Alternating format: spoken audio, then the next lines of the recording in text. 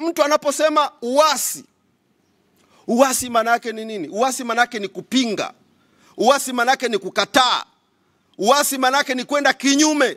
Kwa hiyo ni kweli tunataka twende kinyume na mifumo kandamizi. Ni kweli tunataka tupinge mifumo mibaya. Ni kweli tunataka tupinge utaratibu wa majeshi kujihusisha kwenye chaguzi zetu. Watu wanauawa, hakuna hatua zinazochukuliwa. Kwa hiyo tukitumia neno uasi, ni kweli kwa maana yake hiyo hiyo tunataka tuende kinyume na mifumo mibaya. Hatujawahi sisi kusema tunataka tuende kinyume msituni tupindue serikali.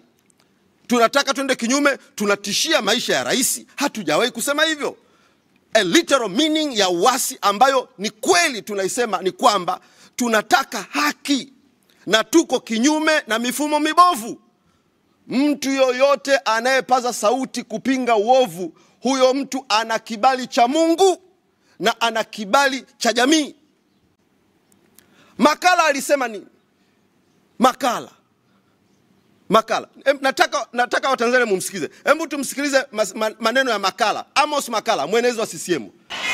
Hawa watu na hasa viongozi waandamizi ambao familia zao hazipo Tanzania wanataka kutumia michango inayochangishwa ya tone tone, eti ikifika wakati wakanunue virusi vya Ebola na Mpox ili wavilete visambae Tanzania na uchaguzi usifanyike. Huyu ni Amos Makala, mwenezi wa chama tawala, Chama cha Mapinduzi. Anasema hivi kwamba Chadema, analihutubia taifa, anazungumza na taifa. Dunia nzima imemsikia.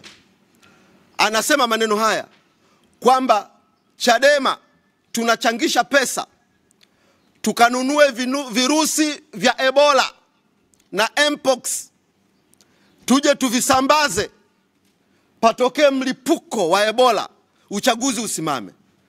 Anasema ana taarifa za ndani, atuambie kwa habari za ndani ni nani anayetengeneza virusi, maana inaonekana vipatikani Tanzania. Ni nchi gani wanatengeneza virusi alafu vinauzwa, vinatarajiwa viuzwe kwetu kama biological weapon? Ni maabara gani, iko nchi gani inatengeneza virusi vya Ebola? Watu gani hawa ambao wanataka kuiangamiza Tanzania, ambao haya maswali lazima yajibiwe, na ninyi waandishi wa habari lazima myatengenezee, yazungumzwe. Lakini huyu baba yupo tu. Nasikia yuko Lindi huko. Wanaenda kujaribu kufuata footprints zetu tulikopita huko. Yupo tu. Anatembea. Sasa this kind of double standard, msajili wa vyama vya siasa yuko kimya. IGP Camillus Wambura yuko kimya. Kila mtu yuko kimya. Rais, mwenyekiti wa chama chake yuko kimya.